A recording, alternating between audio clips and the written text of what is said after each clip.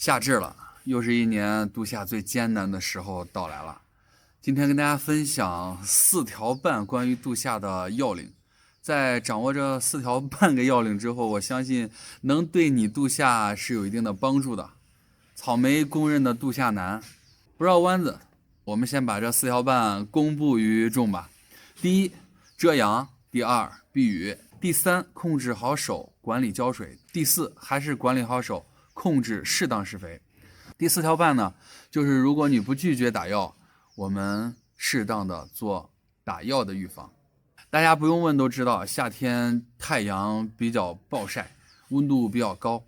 在高温的炙烤下，草莓的叶片肯定会被灼伤。所以在最热的时候，太阳最暴晒的时候，我们对草莓做一个遮阳的保护，这样会有效的避免炙热的阳光晒伤你的叶片。第二，避雨。在连续阴雨天，特别是在桑拿天，雨水是这些病虫害，特别是病害的传播的主要途径。所以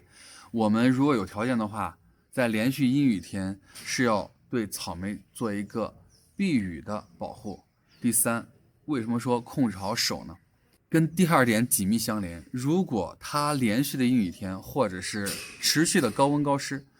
在空气湿度比较大的时候，没有什么阳光，草莓的蒸腾作用就会降低，周围湿度比较大，它的根系不缺水。如果你没有把握好浇水的时机，让土壤长期的高湿，特别是土壤还是非常湿的情况下，你又一次一次不停的给它往里面浇水，增加了土壤里面的湿度，这样土壤里面大多数的空隙被水分给充满，水里面只有那么一点点的氧气，根系吸收完氧气之后，土壤里面的水中氧气越来越少，而新的氧气和空气进不到土壤里面，因为这个时候空气是被那些缺氧的水分给充斥着的。在这个时候，你的草莓不会得病，而是因为缺氧导致的闷根、沤根现象。第四，在高湿的时候，我们人也一样，食欲大减，那草莓也一样，根系活力下降。它不怎么工作的时候，如果你给它比较高浓度的肥料，不会让它增加营养而长得更加茁壮，反倒吸收不了的肥料会造成更多的肥害和盐害。那么4条半，这些是针对于不抵触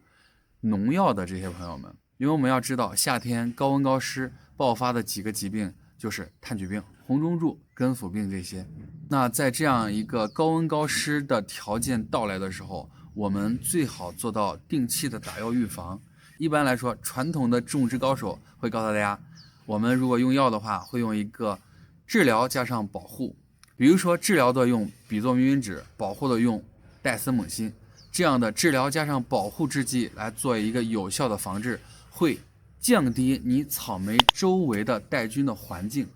以致有效的降低你的草莓感染炭疽病、红中柱、根腐病这些夏天因为高温高湿容易得的疾病。今天短暂的就跟大家介绍这4点半吧。如果你学会了遮阳、避雨，控制好手，在该浇水的时候浇水，少浇水的时候少浇水，营养跟得上而不是过剩。那么如果你不抵触农药的时候，你可以做一个打药杀菌的提前预防，这样的话你在炎炎的夏日度夏可能就不会那么难了。当然了，在夏天我们种一颗耐热的、抗病性强的4季草莓，就比如说 ABZ 的草莓，我们可能度夏就不是那么困难。不仅它度夏不困难，还会在炎炎的夏日给你不停的开花结果。好了，如果你喜欢草莓，如果喜欢种草莓，请关注跟草莓死磕到底的手艺人飞宇。今天的视频就到这里。